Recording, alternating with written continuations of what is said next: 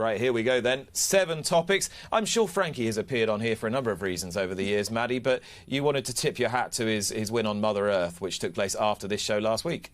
Yeah, that was superb, and obviously we had the Chester Cup as well with Falcon 8, but Mother Earth was fantastic. You know, he knew exactly where he was, and even with Falcon 8, I mean, you don't often see, I think I was looking back last night, Chester Cup winners to carry that much weight. I don't think it's happened in an awful long time. Didn't panic when the horse broke a little bit slowly, got a great position and produced him perfectly, and maybe it'll even be the Melbourne Cup on his radar next. But this is Mother Earth, as you see, and again, fantastic ride. It was a fantastic ride, a putative second string for Ballydoyle. I was talking to John Velasquez earlier in the week about his sort of latter-day association with Bob Baffert and those 2 Kentucky Derby winners, and Frankie developing this sort of secondary relationship with Ballydoyle. And Velasquez was saying, well, if you're good and if you know you're good and if you're positive and if you keep moving forward, these opportunities will just keep coming along. Yeah, and brilliant that we get to see him riding for Ballydoyle now. You know, I think he rides a lot for them, and we'll see it in the future. But I think, Frankie, what makes him so good is just his tactical awareness and of pace particularly.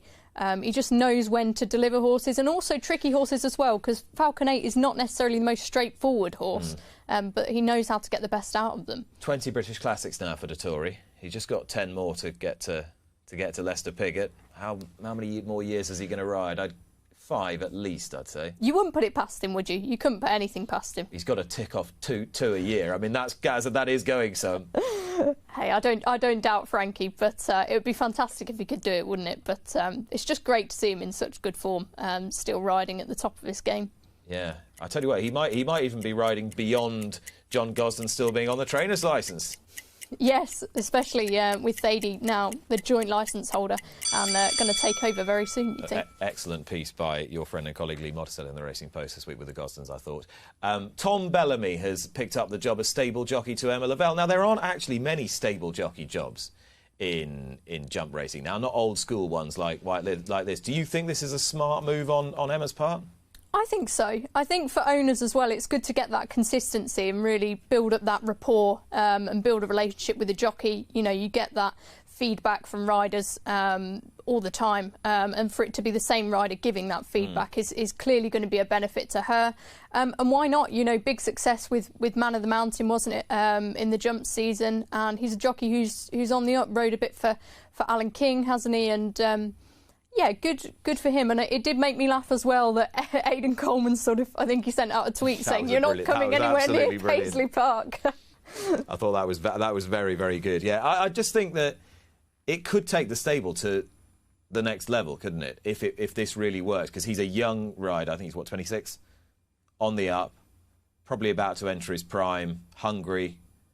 It's the right time to do it, isn't it? And, you know, Emma's got relationships with lots of different jockeys. Adam Wedge, for one, but he's attached to Evan Williams, so you can't have that consistency there. But, yeah, Tom Bellamy, he's been around for quite a while now, although he's so young, so he's clearly adept at, you know, being used to that big occasion. And, yeah, fantastic move. We'll watch to see how it goes. And I'm guessing he'll still ride a bit for Alan King, who he's been riding for. I'm quite surprised Alan didn't sort of nail him down a bit harder. I was having this conversation with someone else as well, but, you know, Alan's got a lot of different jockeys, Tom Cannon as well, hasn't he? Who's taken that role quite well. So it's an interesting time for jockeys in the jumps game, isn't it? Especially with, we saw Sam Twiston-Davis riding Clanders Oboe with Harry Cobden out, and even Harry Skelton's been riding for Paul Nicholls a lot more these days. So you always have to be flexible in this game. Well, Bryony Frost is absolutely flying, isn't she? She is now, yeah. Top of the Jockeys' Championship, I mean, in this very early stage. It's fantastic to see, and a surprise to absolutely nobody. That winner board throwed-on was just a fantastic way to end the season. Yeah, I'd be pretty confident with a clear run she'd get to 100 winners this season. Exit strategy, we've talked about a little bit. What would you like to hear from racing's leaders over the next week or so? I'd just like there to be a bit more of a clear plan. I was talking over with a few people yesterday. I mean, what is actually going to happen? We're not sure. And it does seem quite confusing at this stage that there hasn't been a proper blueprint outlined. But equally, as I said, you sort of have to recognise that racecourses are going to be trying to do their best, because this is, you know, their livelihoods, and, you know, it's a very, very important thing to get people back on racecourses. But as you say, there's not really been a real solid plan, and it would be good to just have a bit more confidence in what we're going to see looking forward. My sources have been telling me that there are people within the Department of Culture, Media and Sport who are equally frustrated that they're seeing open spaces not being utilised, and business not being done where business can be done. Yet, as you were saying, every theme park is open to families, and there's not much social distancing. And in theory, racing's in a great position, isn't it? Exactly. But I think it's the DCMS have to convince the Cabinet Office, so Michael Gove's department, that there needs to be some sort of top-down release of restrictions on elite sport in order for us to be able to open up. That's the thing. You know, people are going to get frustrated with racecourses, but ultimately it's a thing that probably lies with the government, and the decisions coming down to them. So, you know, we'll see what happens. It'd be great to see some more pilots. We mentioned earlier the Crucible. They had so many people in, and it does seem ludicrous that we can't get people on racecourses. Horse racing opted not to have pilots in the period up to May the 17th, but you can hardly blame them after what happened last year with all the money being spent and the pilots being pulled at the last minute. I believe there's a plan for a couple of sort of interim pilots to get more than 4,000 between May the 17th and June the 21st, which would, of course, could include Royal Ascot. Yeah, and that would be fantastic, wouldn't it? But I think racing has to tread carefully, as we've seen its relationship with the outside, and with compared to other sports after what happened at Cheltenham and the sort of image that portrays us in. It's no wonder that we've got to be a little bit careful. True. But I think we need to get We do need to act. Yeah, we do need to act. We do need a plan. We need a plan, and we need a clear plan, and that plan, I think, needs to be communicated to the fans now, and to the stakeholders as well. A couple of gambles landed this week in Ireland. I've not really been across these, Maddie, but there was a huge one yesterday. There was no horse. 2 yesterday, one trained by Sam Curling. Yeah, Sam Curling, Call Me Freddie, 40-1 into 11-4. Rachel Blackmore was the rider. Last minute jockey switcheroo, wasn't it? Yeah, due to COVID forms or something not being filled out correctly. But if you have a look at this finish, it didn't look likely the horse in the middle there for a long way. So if you were on, you know, Rachel Blackmore's superb, isn't she?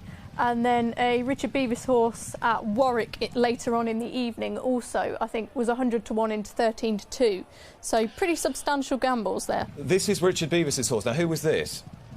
I can't remember the name of the horse off the top of my head. Danilo Dairy, I'm being told. That's the one. Only with a lowly rating, but hadn't shown much recent form. But as I say, in from 100s, that's fairly substantial, even into 13-2. So we just dust off this topic again, because it does get a good thing, bad thing, like it, hate it, don't mind. I hate being on the fence, as you know, but I am sort of on the fence. In this case, you know, those two gambles, there's nothing to suggest that they were linked.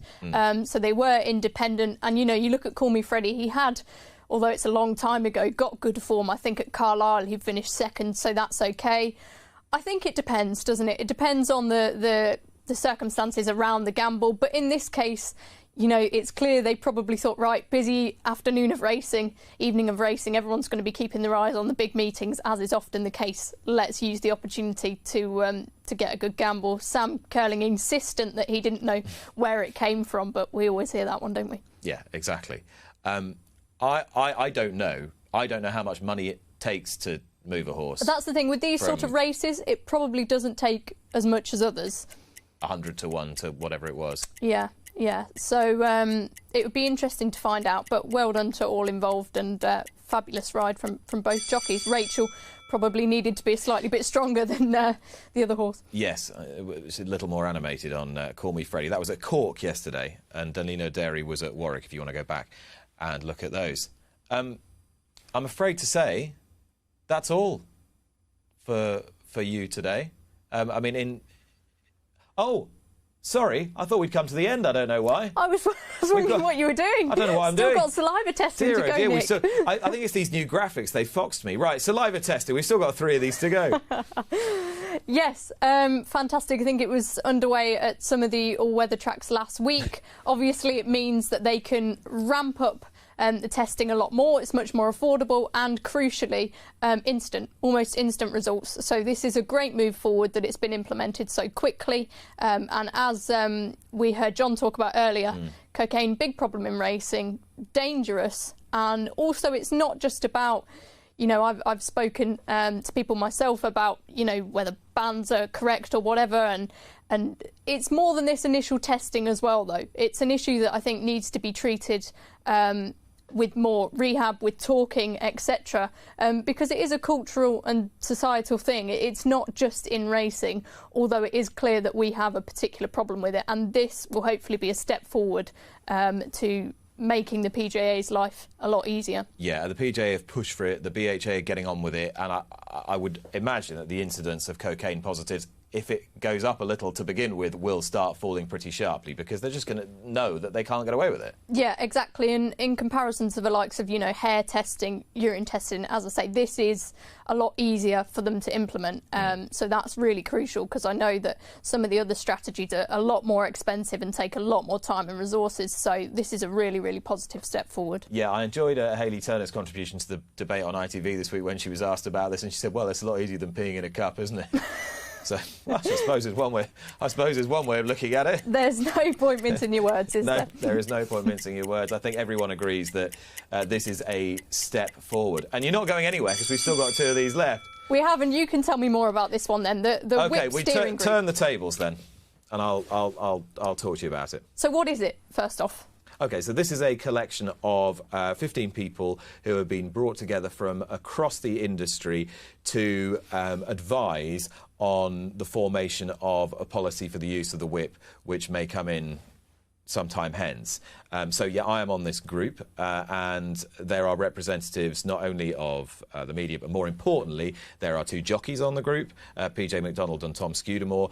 John Gosden is one of the trainers on the group. There are people from studs, bloodstock agents, vets, MPs of both major parties, Lords, Commons, clerks of the course, representatives from racecourses, right across the industry.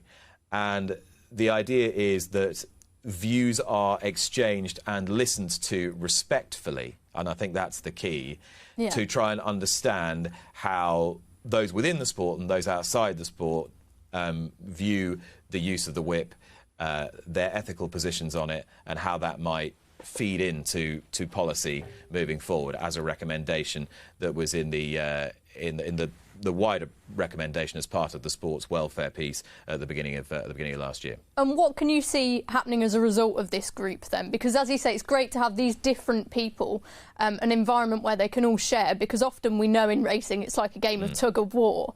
What do you think is going to happen down the line? I think there are 2 questions, aren't there? Do the rules need restructuring?